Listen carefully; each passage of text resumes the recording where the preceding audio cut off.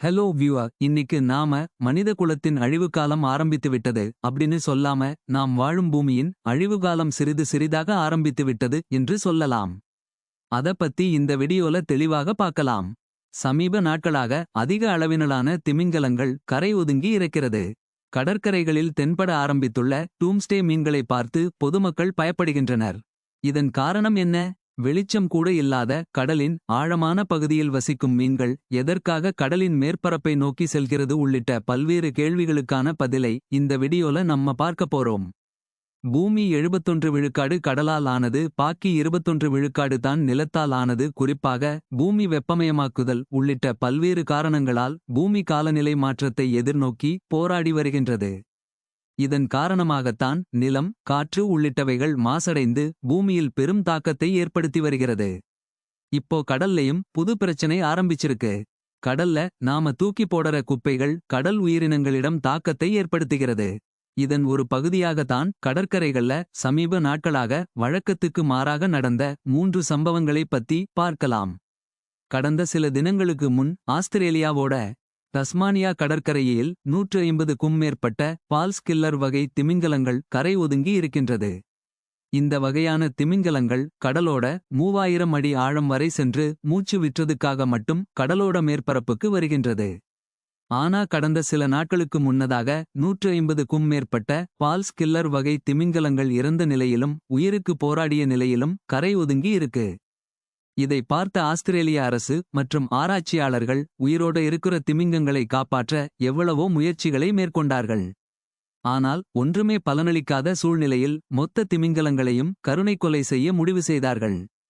சுமார் 150க்கும் மேற்பட்ட திமிங்கலங்கள் கருணை கொலை செய்யப்பட்டது இதுவே முதல் முறையாகும். திமிங்கலங்கள் கரை ஒதுங்க காரணம் என்ன என்பது குறித்து பல்வேறு செய்திகள் வெளியானாலும் இன்னும் உண்மையான அதிகாரபூர்வமான காரணம் கண்டறியப்படுவதில்லை என்று தான் சொல்லணும். மேலும் இதற்கான காரணங்கள் மற்றும் ஆராய்ச்சிகள் தீவிரமாக நடைபெற்று வருகிறது. அது மட்டுமின்றி மெக்சிகோ நாட்டில் டூம்ஸ்டே எனப்படும் அரிய வகையான மீன்கள் கடற்கரைகளில் அதிக அளவுல தென்பட்டு உள்ளது. இந்த மீன்கள் கரை ஒதுங்கியிருப்பதை பார்த்த அந்த நாட்டு மக்கள் பெரும்பாலானோர் அச்சமடைந்திருக்கிறார்கள். இந்த டூம்ஸ்டே வகை மீன்கள் கரை ஒதுங்கினால் இயற்கை பேரழிவுகள் உள்ளிட்ட பெரிய அசம்பாவிதங்கள் ஏற்படும் என்று பரவலாக நம்பப்படுகிறது. இது குறித்த சில புராண கதைகளும் இருக்கிறது என்று கூறுகிறார்கள். இதற்கு முன்பாக இது போன்ற மீன்கள் கரை ஒதுங்கி இருக்கிறதா என்று பார்த்தால் ஆம். 2011ஆம் ஆண்டு ஜப்பான் நாட்டு கடற்கரையில் அதிக அளவு இந்த மீன் கரை ஒதுங்கி இருக்கிறது. குறிப்பாக ஜப்பான்ல 2011ஆம் ஆண்டு ஏற்பட்ட மிகப்பெரிய நிலநடுக்கம். அந்த நிலநடுக்கத்திற்கு சில நாட்களுக்கு முன்னதாகத்தான் இந்த மீன்கள் ஆங்காங்கே தென்பட்டதாக சொல்லப்படுகிறது. இதன் காரணமாகவே மெக்சிகோவில் இந்த டூம்ஸ்டே வகை மீன்களை பார்த்து நிறைய பேர் அச்சமடைந்திருக்கிறார்கள். மூன்றாவதாக இந்த ஆங்குலர் பிஷ் தண்ணீருக்கு மேல்பரப்புல தென்பட்டது. ஸ்பெயின் நாட்டின் டெர்னிபைரே கடற்கரையிலிருந்து சுமார் 2 கிலோமீட்டர் தொலைவில் புகைப்பட கலைஞர் டேவிட் ஜோரா என்பவர் கடலுக்கு அடியில் புகைப்படங்களை எடுத்துக்கொண்டு இருந்தார்.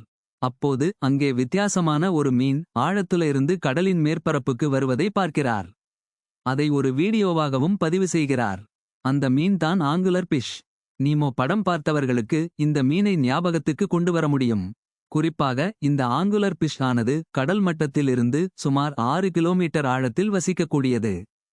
வெளிச்சமே இல்லாத பகுதிகளில்தான் இந்த மீன்கள் அதிக அளவில் வசிக்கும். ஆனால் வரலாற்றின் முதல் முறையாக இந்த ஆங்குலர் பிஷ் கடலோர மேற்பரப்புக்கு வந்து காட்சியளிக்கிறது.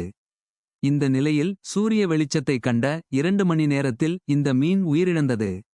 இதன் உடலை வைத்து பல்வேறு கட்ட ஆராய்ச்சிகள் நடைபெற்று வரும் நிலையில் கடலின் ஆழத்தில் வசிக்க வேண்டிய இந்த மீன் எதற்காக கடலின் மேற்பரப்புக்கு வரவேண்டும் என பல்வேறு தரப்பினர் விமர்சனங்களை முன்வைத்து வருகிறார்கள்.